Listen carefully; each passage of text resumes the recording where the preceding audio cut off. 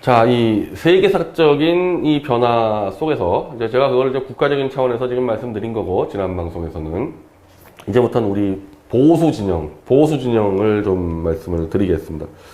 이걸 사실은 언어를 우파 진영이라고 그러는 게 저는 더 정확하다고 보는데, 이제 뭐 하도 보수하고, 미국에서는 이제 이른바 컨저버티즘에서 보수주의라 그러는 게 워낙 일상화돼서 일상화적으로 잘 쓰이고, 트럼프 혁명도 사실 보수주의를 이해하기 때문에 이 트럼프 여파, 그러니까 지금 이 대한민국이 이상하게 막 가고 있는 부분들이 상당 부분은 트럼프발 세계 대혁명의 서브로 들어와 있는 거거든요. 그러니까 트럼프가 시작한 혁명에서 우리가 영향을 받아가지고 지금 변화가 되기 때문에 그쪽이 이제 보수라고 얘기를 하기 때문에 저는 원래 우파를 쓰지만은 현재로서는 보수라고 써도 크게 무방이 없겠다. 그래서 보수혁명이라는 지금 단어를 제가 쓰겠습니다. 역시 1년 동안 제가 이 옥에 있다가 나왔을 때, 물론 꽤 많은 사람들이 유튜브에 있는 것들을 막 쳐가지고 저한테 많이 늘었어요. 우리 미디어치 독자 경상절도사부터도 하고, 저 대한민국당의 이진아 당원, 뭐, 여러 사람들이 유튜브 시장에서의 변화를 쳐서 직접 저한테 주고, 또 접견온 사람들이 계속 유튜브 상황을 설명해주고, 그랬을 때 딱 나왔을 때 저도 놀랄 정도로 유튜브 시장이 완전 요동을 쳤더라 이거죠. 제가 들어갔을 때하고 지금 나왔을 때 1년 동안 유튜브 판도가 완전히 바뀌어버렸던 거예요. 야, 내가 이거를 정확히 봤었으면 제가 감옥에서 그렇게 열받지 않았을 텐데. 오전에 제가 배진영 월간조선 차장하고 좀 통화하면서 이제 옥중일기를 좀 써달라, 월간조선에 쓰기로 했는데, 서울구치소에서는 유튜브는 볼 수가 없죠. 유튜브 당연히 볼 수가 없고, KBS밖에 못 보고, TV는. 신문은 이제 제도신문들, 조선일보부터 한겨레까지. 그 월간 잡지 이런 것들도 역시 제도권에 나오는 것들. 그러니까 내가 평소에 봤던 매체, 미디어치 같은 거 못 들어갑니다. 그리고 미국의 자유의 소리 이런 거 못 들어가요. 그러니까 늘 보던 매체들을 전혀 볼 수 없고 이미 일찌감치 가치가 없다고 던져버린 제도 매체만 들어온단 말입니다. 그러니까 그걸 보고 있으니 얼마나 스트레스가 쌓이겠어요. 네. 조선일보 보고 있으면 미쳐버립니다. 완전 이거. 조선일보는 쪽 하나밖에 없어요. 문재인이 무너져도 박근혜 살아나면은 보수 분열되니까 못 이긴다. 무조건 박근혜 땅에 묻어야 된다. 그것밖에 없어요, 조선일보 논조는. 이런 거 보고 있으니 이게 얼마나 이게 내가 몸이 안 상할 수가 있겠습니까, 그런 거 보다가. 근데 그 중에서 그나마 월간조선 정도만 좀 볼만한 겁니다, 월간조선 정도만. 월간조선 좀 편집이 자유롭나 봐요. 특히 이제 배진영 차장의 이른바 메이지 유신 본거지의 여행기. 이른바 이 사카모토 료마부터 해서 메이지 유신 혁명을 이끌었던 그 일본의 영호걸들의 이 본거지를 찾아가서 직접 기획문처럼 쓰는 건데, 마찬가지라는 거예요. 이제 저도 이제 들어가자마자 사카모토 료마, 시바료 따로의 그 8권짜리 료마가 간다. 그 책을 읽고, 왜 자꾸 제가 메이지 유신 쪽을 공부하게 되냐면은, 이게 대한민국 지금 나라 망해가는데, 예전에 100년 전에 고종은 나라를 어떻게 말아먹었고, 왜 일본은 그 당시에 나라가 안 망했을까? 이게 궁금하다 보니까 당연히 그쪽을 공부하게 되고, 이제 배준영 차장도 얘기하는 거예요. 그러다 보니까 자기도 이제 메이지 유신 여행기를 이제 쓰는 건데, 어쨌든 옥중에서 월간조선 하나 보고 버티는 겁니다. 그걸로 좀 스트레스 풀면서 버티고 있고, 지적 충족을 하는 거고, 월간조선으로.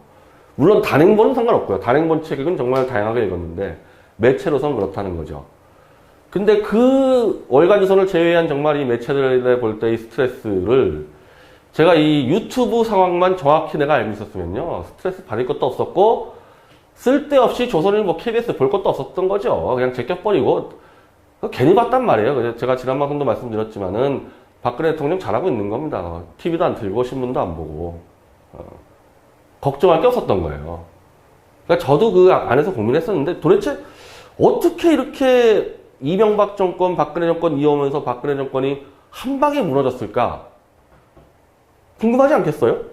계속 그 고민을 하지 않았겠습니까? 그리고 그렇게 박근혜 보수 정권이 한 방에 무너지면서 대한민국이 무너져가는 과정이다 보니까 일단 우선은 왜 보수 권력이 한꺼번에 무너졌을까? 그 답을 찾아야 될 거 아닙니까? 그 답을 우선. 그래야지 다시 보수를 재건하고 그 보수가 대한민국을 재건하지 않겠어요. 저 사실 그런 고민을 했어요. 탄핵 때. 그때 아마 잘 기억하시면은 제가 탄핵되는 과정에서 그동안 그렇게 잘 지냈던 보수 선배들하고 안 싸운 사람이 없어요. 안 싸운 사람이 제가. 보수 선배들하고. 그렇죠. 탄핵되는 과정부터 1차로 일단은 붙는 거죠. 복거리 선생님. 박근혜 빨리 탄핵시켜야 된다. 하야시켜야 된다. 일단 하야시켜가지고 뭐 수습해야 된다. 들이받고 싸우다가 이제 탄핵도 끝나니까 또 갑자기 홍준표 튀어나와가지고 홍준표만이 뭐 희망이다. 홍준표가 박근혜 대통령을 구해줄 거다. 또 대판 싸웠죠. 제가 이제 다 뭐 제가 심한 말하고 사과하고 하였기 때문에 이걸 제가 거론하기가 좀 부담스러운데 이 맥락을 설명하다 보니까 이렇게 된 건데 그리고 나서 또 홍준표가 멀쩡히 감옥에서 힘들게 있는 박근혜 대통령 또 쫓아내야 된다. 박근혜를 쫓아내야지 보수가 산다. 유석춘 교수 제가 그 저를 많이 챙겨줬던 유석춘 교수 들이받고 그러니까 그게 이제 그렇게 될 수밖에 없었던 이유들이 제가 볼 때는 아니에요. 그렇게 하면 안 되는 겁니다. 제가 이제 그분들을 비판하겠다는 게 아니라 그러니까 박근혜 대통령 감옥 갔으니까 이제 땅에 묻고 버리고 가자. 이렇게 해서 죽었다 깨도 보수가 못 살아나는 거였어요. 절대 못 살아나는 겁니다. 홍준표 한번 밀어보자. 안 되는 거였어요. 처음부터. 계속 걔가 주장한 거 아닙니까? 안 되는 걸 가지고 자꾸 이렇게 한번 굴려보고 저렇게 한번 굴려보다가 완전 초토화가 되는 거죠. 무슨 얘기냐 초토화가. 자꾸 전술을 변경하니까 명백한 원칙을 무너뜨리는 거예요. 잔머리 쓰다가 원칙을 무너뜨려요. 그 원칙과 신뢰가 무너지면은 어떻게 그걸 갖고 대중을 설득하냐는 겁니다. 박근혜 대통령 탄핵 잘못됐다. 사기다. 거짓이다. 특기 막 들다가 박근혜 땅에 묻어야지 우리가 산다. 이걸 어떻게 국민들에게 설명하냔 말이에요. 이 얘기를. 우리 편만 따지지 말고 모든 운동은 제3자가 있는 거예요. 제3자의 국민이 보는 건데 어제까지 박 대통령 울면서 박근혜 구하지 하다가 다음날 박근혜 땅에 묻어버리자고 얘기하는 보수 운동가를 제3의 국민이 볼 때 어떻게 보겠느냐. 저는 그 문제 제기를 한 거거든요. 보수 초토화라는 게 그 얘기입니다. 그 얘기예요. 국민들이 볼 때 보수 쟤네들 양아치들, 브로커들 끝장나는 거죠. 안 그래도 친문이 언론을 장악했기 때문에 똑같이 보수 좌쪽 강경파가 붙어도요. 좌에서 강경파는 문제가 없잖아요. 보수는 원칙만 얘기해도 죽어나가지 않습니까? 언론에 의해서. 지만은 봤어? 누가 또라이로 만들었습니까? 다 그렇게 되는 찰나인데 이건 아예 대놓고 빼도 박도 못하는 뒤통수치기야 변절이라고 손가락질 받는 보수가 어떻게 국민들에게 지지받겠냐는 거예요. 박근혜 대통령을 묻어야 된다? 같이 무덤으로 들어가자고 제가 얘기한 게 박 대통령이 너무 좋아서 그러는 게 아니에요. 그렇게 하면 방법이 없는 거였거든요. 야, 쟤들 그래도 목숨 걸고 자기 진실 지키네? 이렇게 돼야 된다는 겁니다. 국민들이 설사 언론에 속아서 탄핵을 찬성했더라도 탄핵 반대하는 사람들이 무덤으로 같이 들어가는 모습을 보여줘야지 신뢰를 쌓는 거거든요. 그게 운동가로서의 자세란 말이에요. 그게 싸그리 무너졌다. 왜 그 꼴 났냐? 그럼 왜 그렇게 됐냐? 보수 세력이 원래 장외에 큰 세력이 있고 거기서 선별해서 제도권으로 올라가서 자유한국당을 가든지 뭐 이렇게 됐어야 되거든요.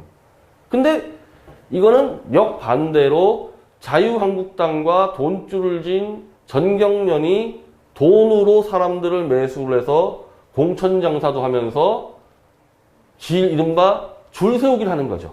장외보수는. 그래서 돈과 권력으로 감투를 미끼를 써서 집회 때 이용해 먹고 뭐 성명서 때 이용해 먹고 이런 식으로 보수가 이른바 가축으로 관리가 된 겁니다. 가축으로. 언론이 국민을 가축, 개돼지 취급하지만은 실제로 자유한국당과 전경련이 보수를 개돼지 취급을 했고 행복한 개돼지. 나는 전경련에게 관리를 받아요. 행복한 개돼지. 그 푼돈 좀 받으면서 맞잖아요. 저 전경련 돈 받았습니다. 제가 안 받았다는 얘기 안 했어요. 저 받았어요. 저 전경련에게 기획선에서 미디어치 팔았습니다. 팔다가, 저도 팔다 보니까 이제 문제의식이 느껴진 거예요. 아, 이거 잘못됐구나, 처음부터 이거. 어느 순간에. 그래서 보니까 탄핵 같은 큰 사건 벌어졌을 때, 가시밭길로 가자. 조원진 대표 많이 하는 얘기. 가시밭길로 가질 못해요. 개돼지로 사육되다 보니까, 그냥 길을 깔려준 길만 가야지, 이 가시밭길 같은 거를 가본 적이 없는 겁니다. 말은 좀 세게 해도 실제로는 그냥 관리받고 있었던 거. 양식장 안에 있었던 그냥 맥이나 이런 거 아니었겠어요. 자꾸 동물 얘기하게 되는데. 그러니까 박근혜 대통령 감옥 갔어. 갑자기 홍준표라는 사람이 완장 차고 나와 내 밑에서 글로 가는 거죠. 새로운 길을 가본 적이 없으니까. 그냥 자유한국당 당대표 그냥 가는 겁니다.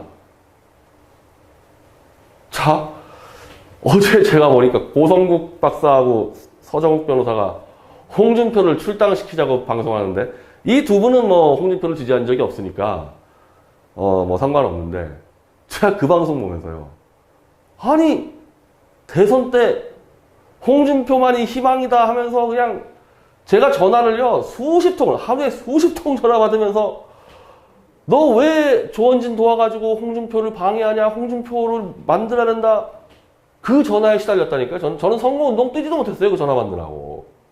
그렇게 홍준표 하는, 아마 전체였는데, 제 기억으로는. 그러다가 홍준표가 박근혜 대통령 칼질하고 쫓아낼 때도 또 홍준표 다 어디 갔습니까? 지금 홍준표를 출당시키자면서요, 딴 분들이. 그렇게 홍준표만이 희망이다 했던 분들 다 어디 갔습니까, 지금?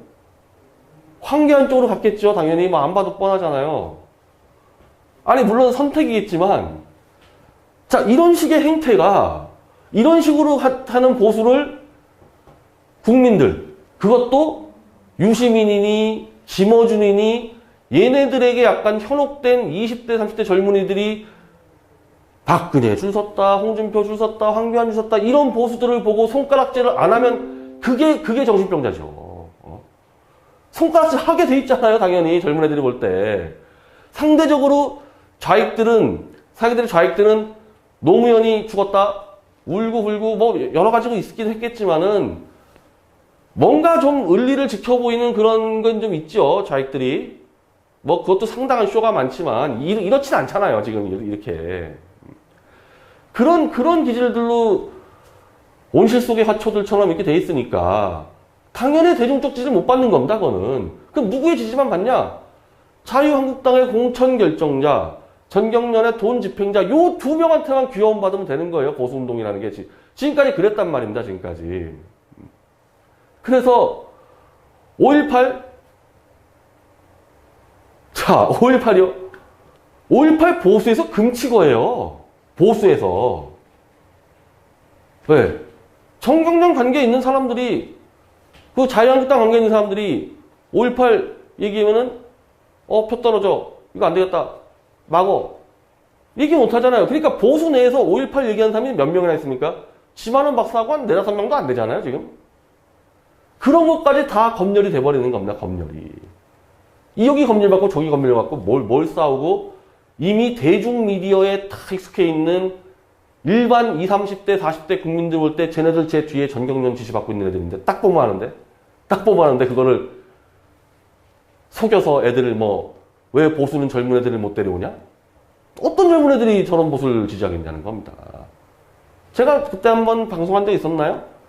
영웅봉쇄 코드가 이제 90년대 학번들, 이제 40대 얘기하는 거죠. 근데 그게 꽤 이어져요. 영웅봉쇄 코드 뭡니까? 을리에 살고 을리에 죽고 같이 무덤 가자. 그게 아니고 무덤 갈 것 같으면 남 먼저 무덤 집어넣고 지는 사는 그런 보수가 어떻게 대중성을 갖냐는 거죠. 그러니까 이게 안 되니까 이제 참 별쇼를 다 하는데, 저 김무성이 같은 애들 젊은 층 표 얻는다고 가서 대학생들 업어주고 다니고, 업어준다고 지지를 합니까, 요즘 애들이. 그때부터 제가 여러 번 얘기했어요. 보수가 제3자 국민들, 특히 젊은 세대에게 지지를 얻는 길은 하나밖에 없습니다. 그냥 처절하게 가는 거, 처절하게 그냥 피 흘리면서 걸어가는 겁니다. 처절하게. 앞뒤 계산 안 하고, 일반 국민이 볼 때 쟤는 왜 자꾸 벼랑으로 가지? 저거 죽는 거 아닌가? 이럴 때 보는 거예요. 이럴 때 쳐다보는 거예요. 제 이상하다죠. 제 서커스 안에. 이럴 때 쳐다보는 겁니다. 그런 기질의 보수 운동가가 있었습니까? 지금까지. 없었잖아요. 그 없다가 안정권 대표 지금 튀어나온 거 아닙니까? 제가 얘기한 그대로 가고 있잖아요. 안정권. 저는 안정권 대표를요. 감옥 가기 전에 한 번도 본 적이 없어요. 한 번도. 물론 딱 한 번 방송 봤죠. 손석희 관련 방송에서 손석희가 딱 한창 뉴스타운 싸울 때. 본 적이 없어요. 근데 이분이 뭐 저 면회 오고 제가 뭐 저 구명집회하고 그러니까 저는 단지 안정권 대표가 제 국명운동을 도왔으니까 이제 감사 인사를 하려고 감사 인사를 하려다 보니까 이분이 활동하는 걸 알아야지 뭐 인사라도 할 거 아니에요. 그래서 안정권 대표 방송을 쭉 보는데 날밤을 새버렸습니다. 한 10시간 가까이 보는데 지금 제가 얘기한 그대로 제가 시켰다는 게 아니라 보수가 사는 길은 그냥 계란으로 바위를 때려버리는 그렇게 가는 거거든요. 저 완전 미친놈이네 저거 되겠나? 그래야지만 대중적 신뢰를 쌓는 건데 그렇게 하잖아요. 지금 그렇게 하고 있잖아요 지금. 광주에 들어가서 5.18 진실을 밝히자. 별거 아닌 것 같죠? 제가 광주에서 행사 여러 번 해봤습니다. 아마 보수에서 제가 광주에서도 보수층이 있어요. 보수 운동가가. 주로 기독교 북한 인권 운동가. 근데 아마 서울 쪽에서 기획해서 가는 거 별로 없을 텐데 제가 몇 번 해봤습니다. 박종덕 저희 대구 호남본부 장관과 함께. 기자회견만 해도 살벌해요. 느낌 자체가 살벌해요. 기자회견만 해도. 그것도 정말 조심스럽게 했는데 대놓고 대낮에 3,000명에서 광주에서 집회를 한다. 뭐 혹자들은 돈 벌려고 아니 돈 벌려고 그걸 합니까? 그거 목숨 내놓고 아유 뭐 동기까지는 제가 모르겠지만은 제가 일반 국민들 볼 때 저거 완전 또라이네 그러면서 어떤 효과가 있냐 사심이 없다. 자 최소한 이건 보증되죠. 이건 돈까지는 모르겠지만은 자유한국당의 무슨 부위원장 무슨 위원 이 감투 못 쓰는 건 확실하죠. 안정권 대표. 딴 거 몰라도 그거 끝난 거죠. 5.18 집회를 행사의 장소 빌려줬다고 김진태 의원이 징계를 먹었는데 광주에 들어가서 쌍욕 퍼부면서 5.18 밝히자 자유한국당 공천이 아니라 무슨 위원 한두 개도 못한다는 거 뻔히 이미 결정난 거 아닙니까? 안정권 대표는. 저는 그런 모습들이 필요하다는 겁니다. 그런 모습들이.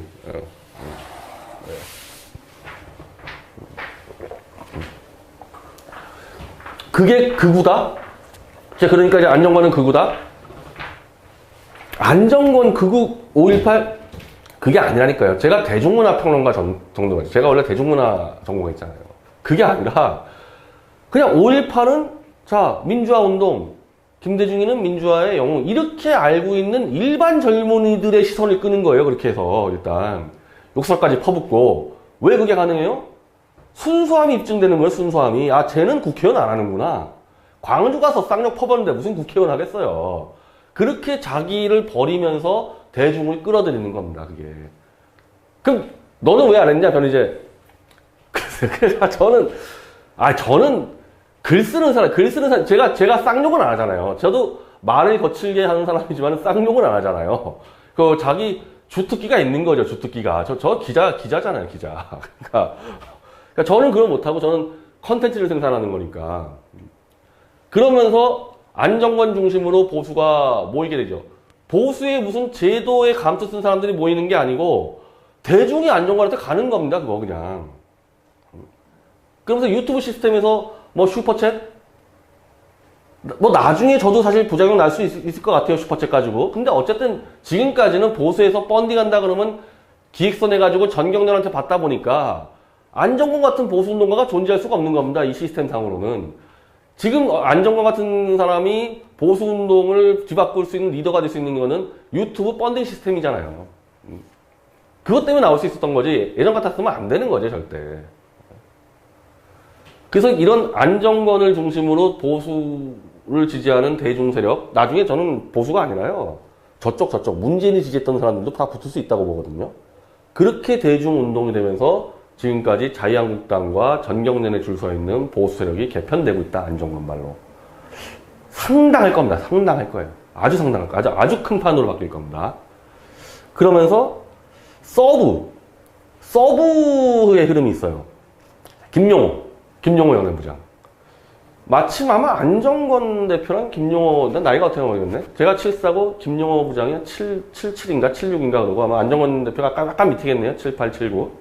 어떻게 보면 다 이제 386 이하 세대 되는데, 김용호 연예부장은 안정권 대표와는 또 전혀 다른 방식으로 지금 이 이른바 시장을 지금 움직이고 있는데, 이 사람 안정권 대표는 제가 사적으로 모르기 때문에 제가 마음 놓고 이렇게 좀 어떻게 보면은 높이 평가를 말할 수 있는데, 이제 김용호는 사실상 저랑 한 팀에 가까운 인물이어서 제가 좀 조심스러운데, 김용호는 제가 브레이크뉴스 2004년도 편집장 할 때 제가 연예 언론을 개혁해야 되겠다. 그래서 기자를 뽑는데 연예 언론을 개혁하는데 기존 기자가 개혁을 못하지 않겠어요?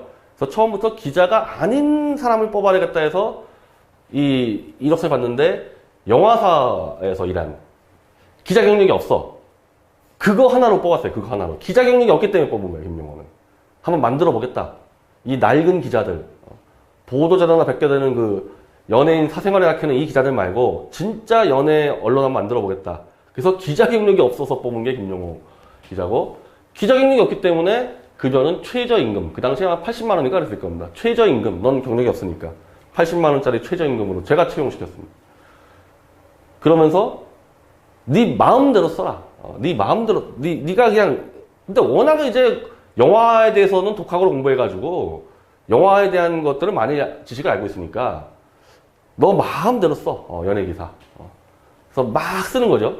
당연히 저는 연예인 무슨 뭐 사생활 그런 거는 아예 취재도 안 시키고 쓰지 못하게 하니까 당연히 공적으로 연예인의 활동을 비평하게 되는 방향으로 나가게 되고, 이상하게 그때 그 당시에 이제 김용호가 들어오고 같이 친구 있었던 지금 이 문화평론가죠. 이문원 들어오고 지금 아마 쿠키뉴스에 있는 조현우 이렇게 들어와서 브레이크뉴스 연예팀이 형성이 되는데, 이게 이른바 연예판에 그냥 지금의 안정권발 태풍보다는 좀 작지만은 어쨌든 그 당시에 연예 언론에 태풍을 일으키는데, 우리는 그냥 일체 연예인 잡담 안 쓰고 연예인이 만들어내는 공적 발언 그리고 공적 작품, 예를 들면은 그 당시 신화의 음악 5집 까버리는 겁니다. 이게 음악이냐? 근데 음악적 퀄리티를 분석해서 까기 때문에 뭐 할 말도 없는 거예요. 우리가 언론으로서 너 신화 음악 5집 음반 이거 굉장히 엉망진창하다 이렇게 까는 거고, 안재욱 싸움으로 저희가 그때 화제가 됐었는데, 이것도 이게 다 화해가 됐는데 이거 설명하면 모르겠는데, 김용호 기자가 그때 KBS 현장 취재 들어가가지고 안재욱이 막 그냥 현장에서 막 스태프들 지휘하고 마치 감독처럼 굴었다 뭐 이래가지고 기자 칼럼으로 썼는데, 여기 대해서 안재욱이 소송을 걸고 뭐 소송을 또 거니까 우리는 또 같이 이제 이 반박 기사를 쓰면서, 그때 문제가 됐던 게 김용호가 아마 이런 식으로 묘사를 했었죠. 저 멀리서 눈에 띄게 키가 작은 한 남자가 나타났다 이렇게 묘사를 했는데, 안재욱 쪽에서 이게 신체 비하라 그래가지고 또 소송 걸고 뭐 난리가 났었거든요. 그게. 그런 게 한 수십 건 있어요. 수십 건. 그런 게 연예계에서 브레이크뉴스 연예팀이 만들어낸 그 이슈가 수십 건 있어요. 지금도 브레이크뉴스 들어가면 검색하면 막 그때 기사들 다 있거든요. 저도 아까 말씀드렸지만 대중문화평론가 출신이니까 저도 같이 밀고 들어가면서 그렇게 해서 그래서 김용호는 이제 브레이크뉴스가 이제 해체되고 아마 뉴스원 뭐 이렇게 가다가 스포츠월드로 들어가서 그때도 똑같이 가는 거예요. 김용호 기사 쓰는 게 일반 기자하고 다르게. 그래서 뭐 마약 취재하고 하여튼 연예 이슈도 공적으로 가는 이슈를 취재해가지고 소송을 막 수십 건 걸렸을 겁니다. 그러면서도 뭐 이런 걸 따지지 않지만은 대한민국 그 언론사에서 아마 김용호가 최연소 연예부장일 거예요. 30대 한 중반대 연예부장을 했으니까. 지금 보니까 유튜브에 김용호 연예부장으로 있는데 아마 그거 쓰는 게 그럴 거예요. 그거 어쨌든 프라이드죠. 최연소 연예부장을 했는데. 그래서 제가 와서 좀 이제 보니까 봉준호 감독이 지금 뭐 깐에서 이제 뭐 황금종려상 받았다. 이제 이런 거를 보수적 관점에서 정보 접근도가 없잖아요. 그러니까 보수는 연예나 문화판에서 완전 퇴출돼 버리고 안에 있는 보수 세력들도 숨기다 보니까 정보 접근권이 없으니까 뭘 어떻게 할 수가 없어요. 저런 문제 터지면은. 그거를 봉준호 감독의 이중성, 마치 반미처럼 정치적으로 포장하지만은 실제로 미국 자본과 굉장히 이 탄탄하게 유착되어 있는 이런 식의 이제 팩트 있는 비판을 하고 이번에 버닝썬 사건에 대해서도 원래 마약을 워낙 오래 취재했으니까 이런 연예계에 그러니까 아예 보수는 접근해서 썼었던 연예계의 고급 정보를 갖고 그걸 갖고 연예계 구조를 까버리니까 다르죠. 저도 보수에서 문화운동 많이 했습니다. 근데 저만 해도 그쪽에 접근 못 하잖아요. 근데 김용호 부장은 연예부장으로서 중앙에서 접근했던 정보 가지고 쳐버리니까 뭐 50만, 조회수 60만 이게 선정적이기도 하지만은 제가 볼 때 필요한 정보예요. 국가를 개혁하기 위해서 필요한 정보들을 지금 주고 있거든요. 그리고 안정권 대표와 똑같이 김용호 부장 마찬가지인데요. 이런 정도 급이 무슨 자유한국당에서 뭐 위원 타이틀 받으려고 뭐 눈치 보겠어요? 애초에 그런 데 들어갈 생각도 안 하고 그냥 자기 지르는 거예요. 자기 생각대로 지르는 거 아닙니까? 그러니까 전혀 지금 다른 보수의 흐름이 나오는 거죠. 우리가 완전 퇴출당한 그 시장에 고급 정보 가지고 정보 던져주면서 밀고 가는 그 흐름 하나와 완전히 이거는 그냥 제도권 보수가 못하는 오직 대중만 끌고 가겠다는 판가리형 보수 안정권. 안정권이 한 8 정도의 흐름을 보였던 거니까 이 포션이. 김용호는 한 2, 3 정도. 그렇지만은 둘 다 분명히 필요한 흐름. 연예계여서 그렇죠. 보수 운동의 가장 중요한 문제들, 이른바 인터넷도 그렇고, 이 새로운 첨단 분야의 전문 지식이 필요한 부분들이 많이 있거든요. 그게 지금 좌익한테 다 넘어갔다는 거 아닙니까? 인터넷 파트부터 해가지고, 문화 파트, 벤처 파트 이런 것들을. 이걸 가져와야 되거든요, 이거를. 그걸 이제 김용호가 보여주는 거죠. 아, 혼자도 하잖아요, 혼자도. 혼자도 하는데 뭐 스크럼점은 저거 못하겠어요. 자, 지금까지는 저도 많이 시도했지만 그게 안 됐단 말인데 여러 가지 이유로 뭐 제가 부족한 부분도 있는데 제가 감옥에 있는 사이에 어쨌든 안정권, 김용호가 두 개의 시장을 딱 뚫고 들어가 버리니까 야, 이제는 되겠다, 이제는 뭐 제가 외치지 않아도 20대, 30대 좀 뜨리는 사람들이 지금까지는 보수의 롤모델이 자유한국당과 전경련이 관리하는 사람들이 롤모델이 됐다 보니까 어쩔 수가 없어요. 그대로 가는 겁니다. 그냥 그대로 가는 거예요. 젊은 보수? 제가 보수 진영에서 연석회 하면 맨날 까는 게 젊은 보수 좀 찾지 말라고. 왜? 어차피 자유한국당 전경련에 줄 서는데 차라리 좀 나이가 있는 사람은 오랫동안 줄 서 있었으니까 적당히 하는데 새롭게 들어온 젊은 애는 줄이 없으니까 더 처절하게 기구, 더 처절하게 아첨하고 거의 뭐 박지원이 뭐 권노가 수준의 그냥 정치 프로들이 들어옵니다. 젊은 보수들. 젊은 보수 들어와봐야 의미가 없는 거예요. 더 하니까. 이 구도를 깰 수 있겠구나. 뭐 내가 깬다는 게 아니고, 아, 보수운동 저렇게 하는구나. 안정권, 김용호. 롤모델을 그렇게 가면요. 다른 방식으로 접근하겠죠. 젊은 애들이 이제 보수운동 리더가. 그래서 제가 지금 제목을 그렇게 쓰라는 건데, 이제는 이 둘이 보여줬으니까, 저는 그동안 말만 했지만은 이 둘은 지금 보여줬잖아요. 한국당, 최소한 한국당 노비 문선 다 불태웁시다. 스스로 보수 운동가라고 생각하는 사람은 스스로 노비 문서를 불태워버리자는 거예요. 그렇다고 한국당 때려 죽이자 그 얘기가 아니에요. 그 얘기가 아니고 관계가 없는 거예요. 한국당하고는 독립적 관계예요. 그렇게 설정이 돼야지 내가 보수 운동 하나하나 하는 게 한국당에서 평가해서 자리를 준다? 그러면 5.18도 못하고 세월호도 못하고 태블릿 PC도 못하고 다 못하는데 그렇게 되면은 어떻게 보수 운동하냔 말입니다. 그게. 그래서 이번 기회에 한국당의 노비 문서를 다 불사르자. 그리고 그럴 자신 없으면은 젊든 늙던 관계없이 보수운동 하지 마세요. 그럼 뭐하러 보수운동 합니까? 차라리 처음부터 한국당에 입당해서 한국당에서도 가는 게 있잖아요. 당원부터 시작해가지고 쭉 가는 게 있잖아요. 지역위원장부터. 그렇게 가라는 거예요, 그렇게. 한국당 가서 한 자리 하려면은. 왜 여기서 하면서 그쪽 눈치를 보고 공천 때 참 제가 나오고도 뭐 저 아끼는 분들이 이제 총선 내년 얼마 안 남았으니까 너 지난번에도 너무 말 험악해서 넌 안 되지 않냐. 그래서 이번엔 정말 말 좀 조심해서 전혀 저하고 이 세계관 자체가 달라요. 세계관 자체가. 다릅니다. 세계관 자체가. 그 방식으로는요. 한국당 공천 총선 그게 문제가 아니고요. 나라가 망해요. 나라가. 보수 운동가들이 다 생각한다. 내가 한국당한테 안 지켜가지고 잘 해보자. 그럼 나라가 망하고 실제로 나라가 망했단 말입니다. 그것 때문에. 그것 때문에 망한 거예요. 그것 때문에. 그것 때문에 탄핵을 못 막아낸 거고 그것 때문에 탄핵 이후에도 계속 바닥기고 있는 겁니다. 하여튼 안정권, 김용호 이 둘의 뭐 내가 볼 때 이 둘이 지금 제가 설명한 거를 다 머릿속에 계산해서 갈 것 같진 않아요. 저는 평론가 출신이잖아요. 그러니까 분석가라서 그런데 이 둘은 행동가하고 김용호이라는 정보, 어떻게 보면 이제 정보가 스타일이기 때문에 내가 설명한 거를 알고 움직였을지 아닌지 모르겠습니다. 근데 효과가 그렇게 나타나는 거죠. 효과가 그 정말 이 썩어빠진 자유한국당 노비 수준의 이 보수운동이 새롭게 태어날 수 있는 계기를 만들었다.